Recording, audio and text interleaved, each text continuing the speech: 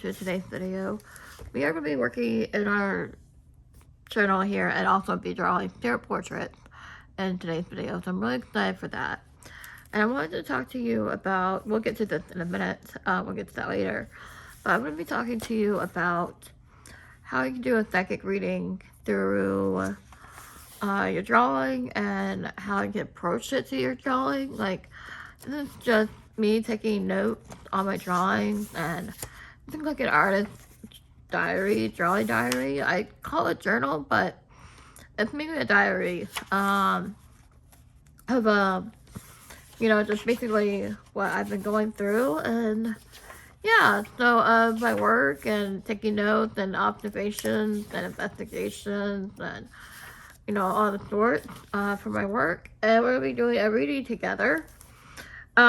This drawing right here, and then we're also gonna be doing spirit portraits. So grab your sketchbook. Probably gonna be a long video. So we're gonna be doing spirit portraits. I wanted to talk about this print that I did of a snake and a heart, and I'm really proud of it. And we'll be doing this sketching. I used a big ballpoint stick grip for my drawing, and you can see some of these faces are incomplete because spirits have left as I was drawing them.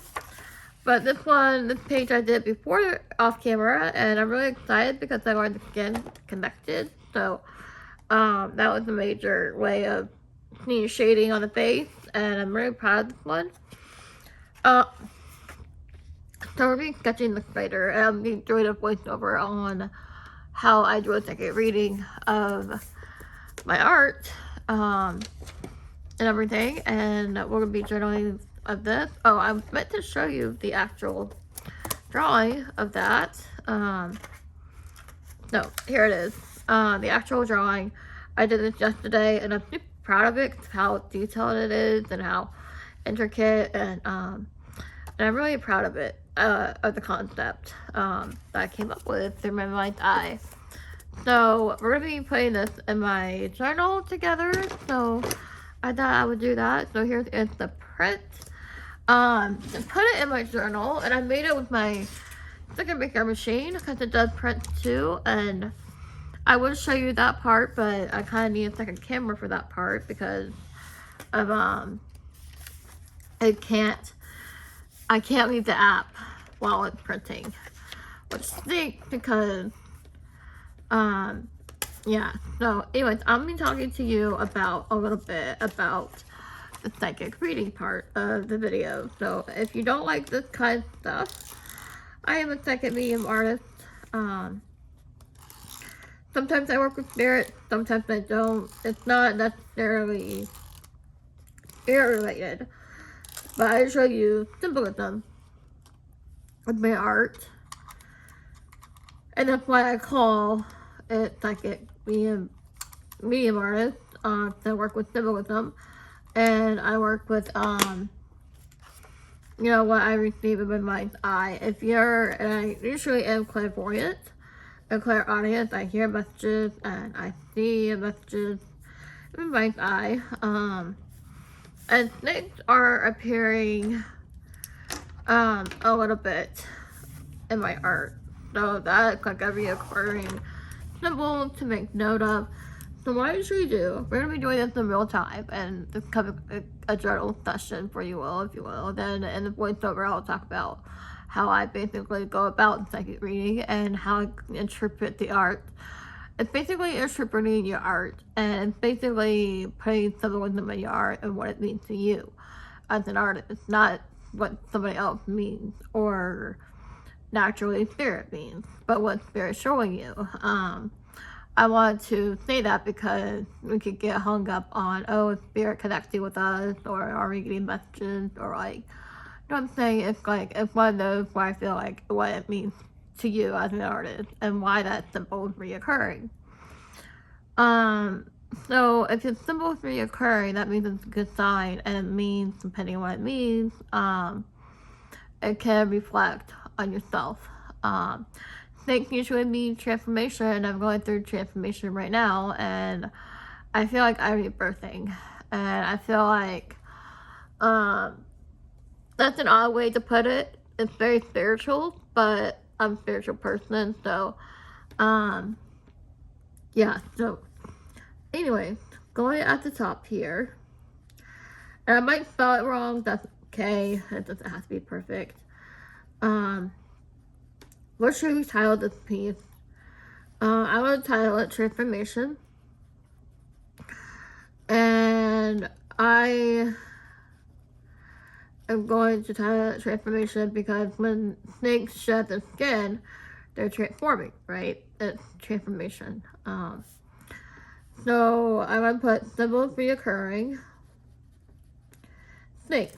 And I'm thinking of turn this into a series because I keep seeing like human organs or like I know that's self growth, but I keep seeing like the human organs and snakes are wrapped around. I don't know why. I don't know why my brain wraps around that idea, but it is. And you know, the weirder, the better. That's where my style is leaning towards right now. Weirder, the better. And I wanted to say that because I've been having so much fun putting symbolism in my art and give it meaning.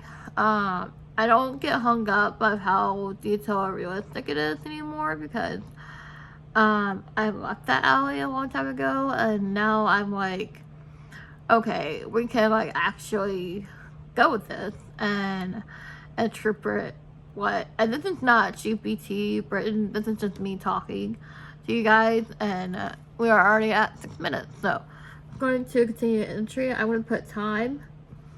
It's about 10 o'clock, I feel believe this, 10 or 11. I'm going to put 10 o'clock. I'm going to put date. What's today's date? 6/19 of 2026, Friday. And then I'm going to put feeling inspired and tired. Feeling inspired and tired. And that's basically what you need. I didn't get good sleep last night, or the night before, so I'm very sleep deprived. Inspired and tired. And then usually I would put spirits, but I am not thinking spirits right now, and that's okay. It doesn't need to be spirit related. It could be your interpretation. So I would put interpretation of the art. And I'm just going to say transformation. I keep it simple, but this is how I would go about it. I'm not going to be anything perfect for that matter, or talk to you about what you see in your art, or what makes you feel good about your art, and what could change or whatnot, but that's what I write, and that's the basics of a psychic reading of this painting right here. Now, could I do a spirit painting or a spirit reading for the spirit portraits we drew? Yes, I can, but obviously to keep this video from being too long for you guys, I'm not going to do that.